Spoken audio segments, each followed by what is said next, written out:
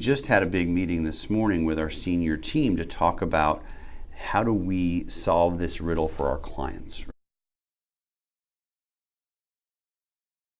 There is a video out there that you can find that has us saying you need to move faster in the hiring process, right? It's a very candidate-driven market.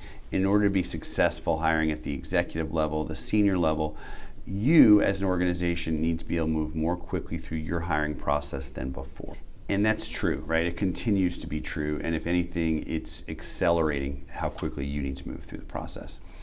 But the flip side of that, being in such a candidate-driven market, is we're getting an interesting response, an interesting reaction from candidates today that's different than it was 6 months ago, that's different than it was a year ago, right?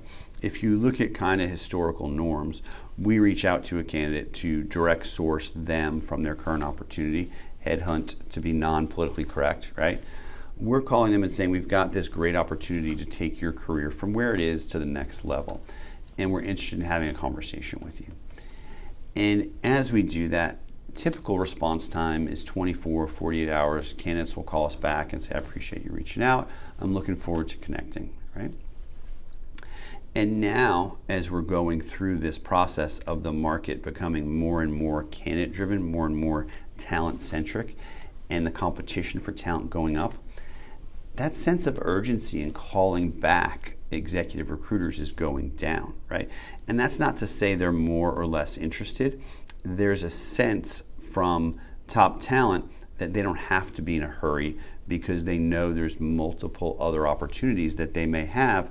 If this one passes them by, we'll be able to find something else. We had a team meeting this morning at MarketPro with our senior team to talk about the reality of the marketplace and how it's changing and what we need to do to still make sure that we're being successful for our clients in a short time frame, right? How are we filling senior level roles within 11 to 12 weeks? Because that tends to be the right time frame that's not too slow, but not going too fast, and therefore we're shorting the quality of the hire.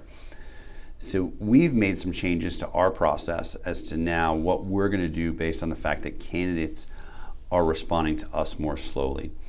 And then the real question is, candidates know that they're in the catbird seat, so as they come interview with you, the client, how are we making sure that we're engaging them in a way that gets them excited about the role? That's not necessarily a new concept, but it's even more important now than it ever has been. So really important for you to talk about your culture, what it's like to work there, what's the team like that they're going to work with, and how do those people engage with each other, right? Ultimately, they want to know that they're going to get up on a day-to-day basis and realize that this is a place they want to go work, and the people they're going to interact with are people they want to work with. And that's really critical in a market where they're probably already at a place they like or they wouldn't be there. And now there's a risk in their mind of going someplace new. What if I don't like it from a culture perspective? So really deep understanding of your culture and what it's like to work there is very important in the interview process. The next thing that's very important is career growth. And it seems odd to be talking to someone about career growth before they've walked in the door and done anything to move your organization forward, right? But if you look at it, we're in a very candidate-driven market. Organizations understand that, and so they're doing more than ever before to retain top talent. And so they're engaging their talent with discussions around career path and at what point in time they might see a pay increase, at what point in time they might see a promotion.